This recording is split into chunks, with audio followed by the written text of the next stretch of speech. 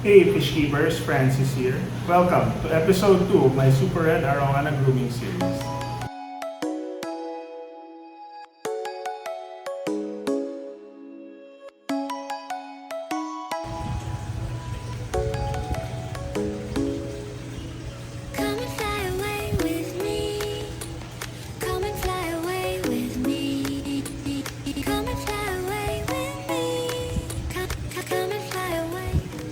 I know I haven't been able to upload videos lately because I was busy studying for my Philippine Board of Surgery licensure exam, which I successfully passed. Okay naman, madam. Golden head crossback.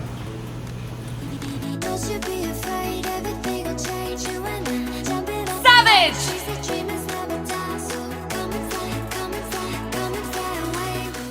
Now let's talk about arguably the most important thing in Super Red Arowana keeping, and that's water quality. What's the best water quality for a Super Red Arowana? If you're a beginner, it's sufficient to know that you have to keep your ammonia at 0, nitrites at 0, and nitrates at 10 to 20 parts per million. Everything else is nice to know. According to the Grandmaster, Ronald Sucanto, during his interview by Mike Red at Mike Red Vlog, Super Red Arowanas come from Kalimantan River, where the water is soft, has low pH, and low TDS. The ideal parameters for the Super Red Arowana is a pH of around 6.5, 0 ammonia, 0 nitrites, and 10 to 20 nitrates. And in addition, ideally, you have to have a TDS of 50 to 100. What is TDS? TDS stands for total dissolved solids. These are the dissolved solids in your water, which may be either fish waste, nitrites, ammonia, your water conditioner, and even the minerals and heavy metals dissolved in water. The higher your TDS, usually, like in tap water, these are composed of heavy metals which make your water more alkaline. The lower your TDS, the softer your water, the lower the pH. So ideally, we have to hit a TDS of 50 to 100. How do we measure TDS? You can measure TDS by using a TDS meter such as this, which you can buy online and it's very cheap. All you need to do is dip the sensor in the water you are measuring. This is very useful for Super Red Arowana groomers. So the next question now is, how do we lower TDS? To lower TDS, you need to use reverse osmosis water, and to get this, you need a reverse osmosis filter. Later, I will show you my reverse osmosis filtration that's good enough for one Super Red Arowana. I'll also show you the different TDS readings of water. My tap water, water with rock salt, and reverse osmosis water. It's good to note that rainwater has a TDS of near 0 because there's little to none dissolved solids in rainwater. Before we go any further, let's give an update on Fu, my Super Red Arowana.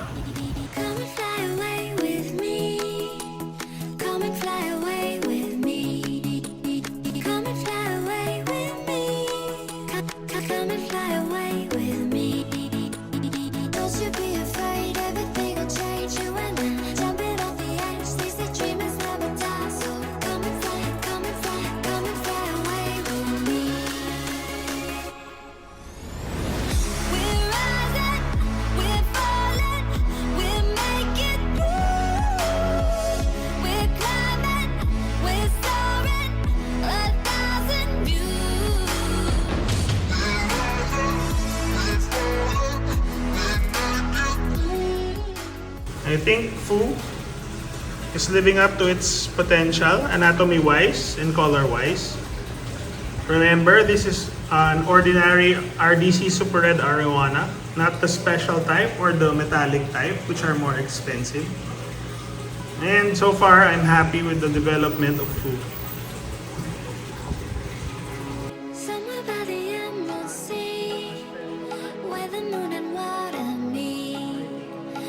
Close to harmony when the world is sound to sleep.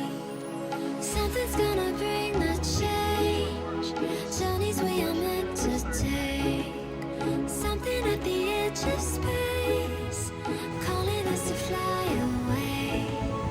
Don't you be afraid, everything will change. You and I, jumping off the edge. They say dreamers never die. So come and fly, come and fly, come and fly away with me.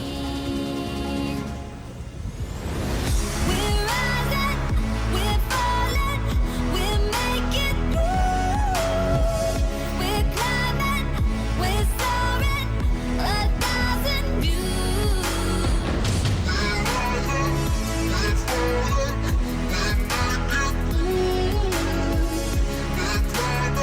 we're soaring, 1,000 views. For my Super Red tank, TDS is 81. For my Monster tank, we have a TDS of around 170. Look at the TDS of tap water.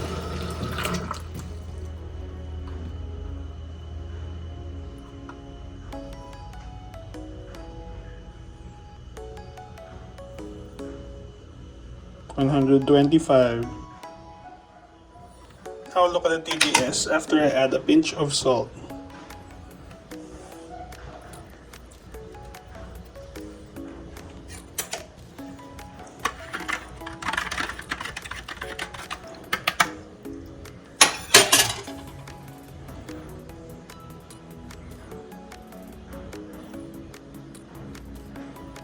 That was just a pinch of salt.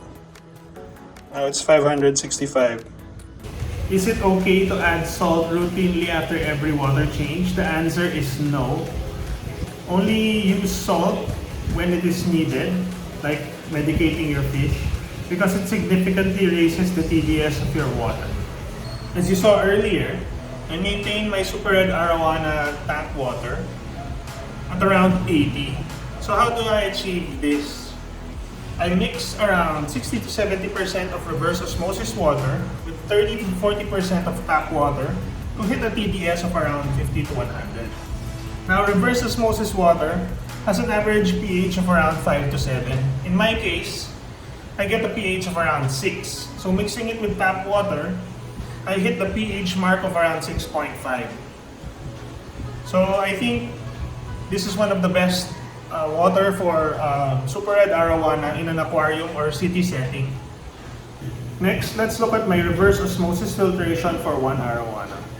This is my 3-stage filter, and I added an additional reverse osmosis filter here.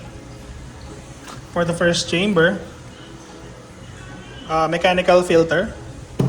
Second chamber, a resin chamber for removing heavy metals and chlorine. And then the last is a carbon filter. And then most important, the fourth chamber is the reverse osmosis membrane. This will remove all dissolved solids in our water and help us reach a TDS of 0. We're climbing, we're soaring, 1,000 views. We're rising, we're falling, we're making through. We're climbing, we're soaring, 1,000 views.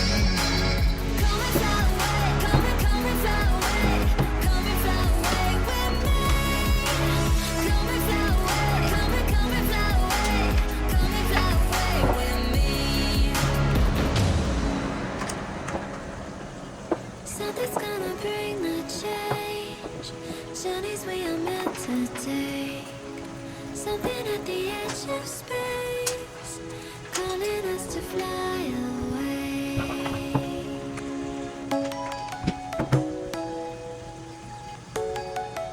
So this is my reverse osmosis setup, which I showed earlier.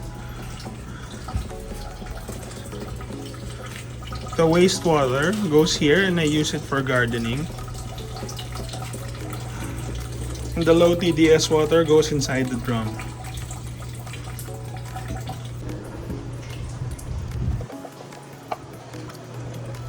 This is our low TDS water.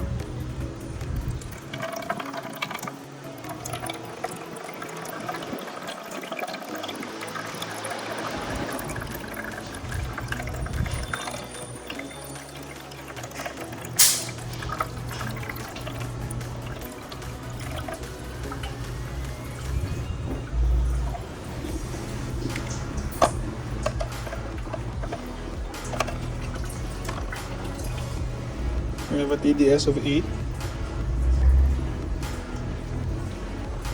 Not bad. This is where I store my reverse osmosis water. And during water change,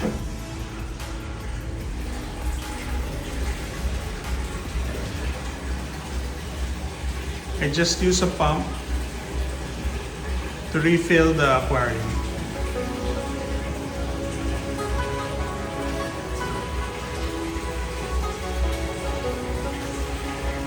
Somewhere by the emerald sea, where the moon and water meet.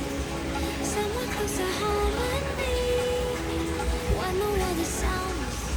Unfortunately, my setup can only accommodate one Super Red Arowana. I can't make enough reverse osmosis filtration for the Arowana community, so I'm prioritizing it for Super Reds. But for those of you out there who can afford a large reverse osmosis setup, that would be great for grooming Super Red Arowanas. Because if you have good water quality, you can help your Super Red Arowana reach its maximum potential. This is great for those of you who are tanning your Super Red and are wondering why it can't get any more red. Maybe improving your water quality is the solution. If you learned something from this video, please don't forget to like and subscribe. Thank you.